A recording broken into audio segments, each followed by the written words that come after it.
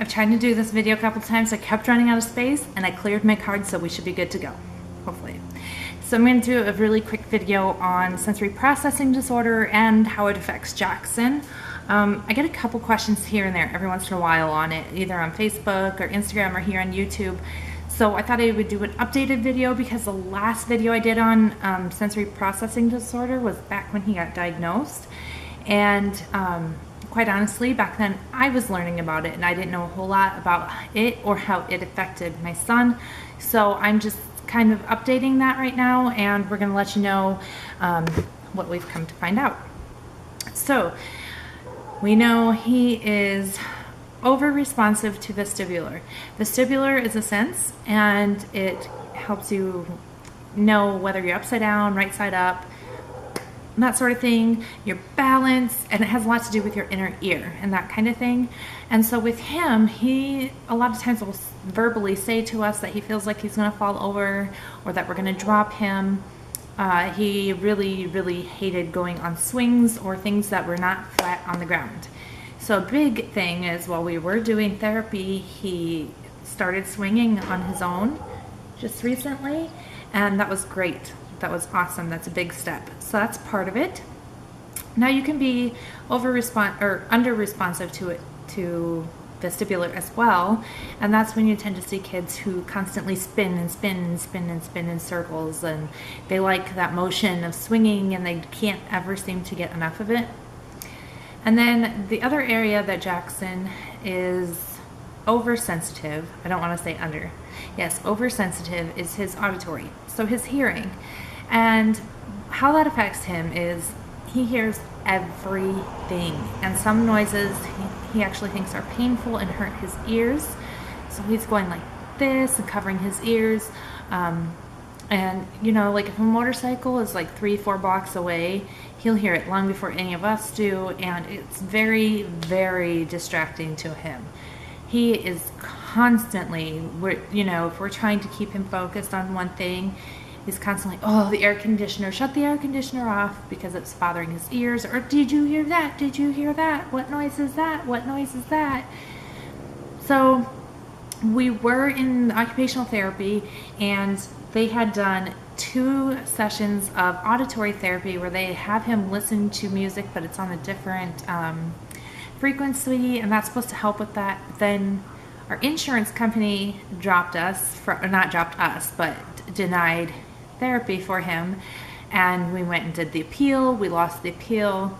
Part of that is, quite frankly, sensory processing disorder, or SPD. It's not in the books yet for diagnosing codes. So a lot of people have trouble, like we're having trouble with getting coverage for kids with SPD. So we covered auditory and vestibular. He's also oversensitive to his things, his sight. So sun really bothers him.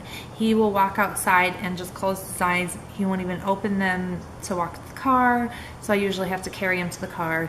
We do keep sunglasses around all the time that he can wear, and a hat, so that kind of helps there. And then as far as proprioceptive, and this one's a little confusing. Proprioceptive is like your body in space. It tells me whether I'm pushing on something really hard or pushing on it light. Whether there's a heavy box, it's gonna tell my brain and my muscles to work together to work harder to pick up this heavy box. Or, I don't need as much force if it's a light box. Am I slamming something, or am I just shutting the door? Things like that. So he's undersensitive quite a bit. So he's always searching for more input to feel balanced in life. And that's where we have problems with head banging, biting himself, hitting people, slamming doors. He picks at his skin until it bleeds sometimes. But head banging is a big one. What else? When he walks really heavy, and everything he does with force. So what we're doing for that is we have him with a weighted blanket at night, which has been helping. My friend Sarah was nice enough to buy us one as a gift, and that was really, really, really thoughtful of her. And if you're watching this, thank you, Sarah. We really appreciate it. So yes, the weighted blanket to help so he doesn't need the input as much. We do body brushing, and that's just the same thing to try to get him as much input as he needs in a healthy way so that he's not doing these things that are hurtful to him or to others. And they were working on it in occupational therapy too, but you know how that went.